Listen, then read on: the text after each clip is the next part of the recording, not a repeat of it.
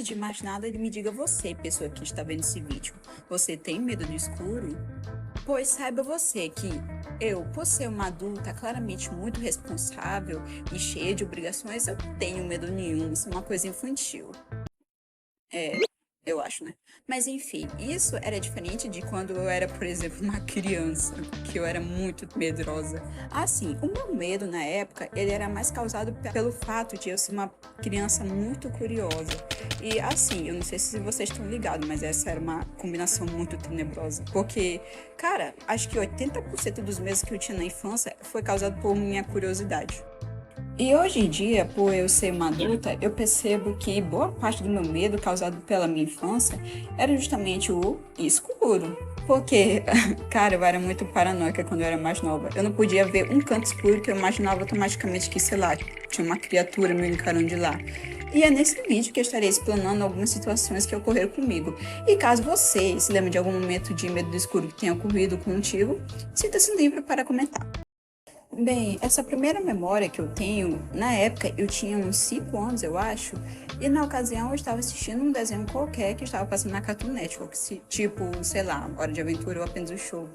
Só que o problema dessa situação era que eu estava assistindo sozinha na sala e, detalhe, só a luz da sala estava ligada, era de noite. E o restante da casa estava um completo breu, estava muito escuro. E por eu ser uma criança curiosa, eu já tinha visto alguns vídeos de, sei lá, criaturas saindo da escuridão e não deu outra. Eu comecei a criar tanta paranoia na minha cabeça que eu simplesmente comecei a chorar.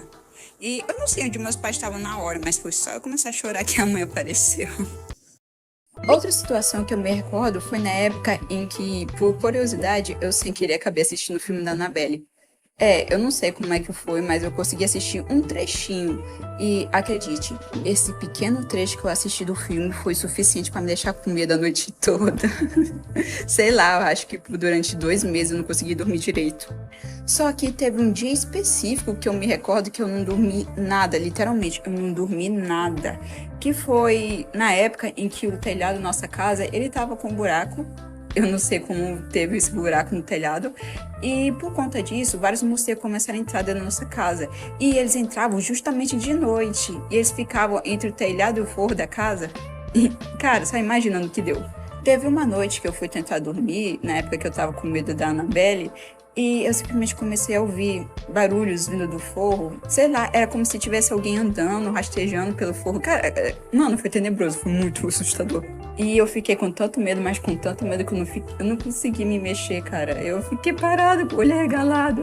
Eu não dormi, cara. Por fim, o conjunto de memórias que eu tenho medo do escuro são justamente daqueles momentos em que faltava luz de casa, tá ligado? E eu senti um cagaço absurdo, imaginando que, sei lá, o Five Nights at Freddy tentaria entrar na minha casa e me atacar. Mano, eu era criança, tá ligado? Eu via vídeo de terror. Quem nunca? Sobre essa questão de faltar luz em casa, eu tenho que dizer que, diferente de quando eu era mais nova, que eu sentia medo, hoje em dia, sou eu que assusto. Assim, no caso, os meus pais, né? Porque, bem, aqui em casa eu tenho um carinhoso apelido de Garota Fantasma. E não é pra menos. Toda vez que eu ando, eu simplesmente não faço barulho. E juntei esse fato com a questão de faltar energia. Ai, menina, você me assustou. Mua.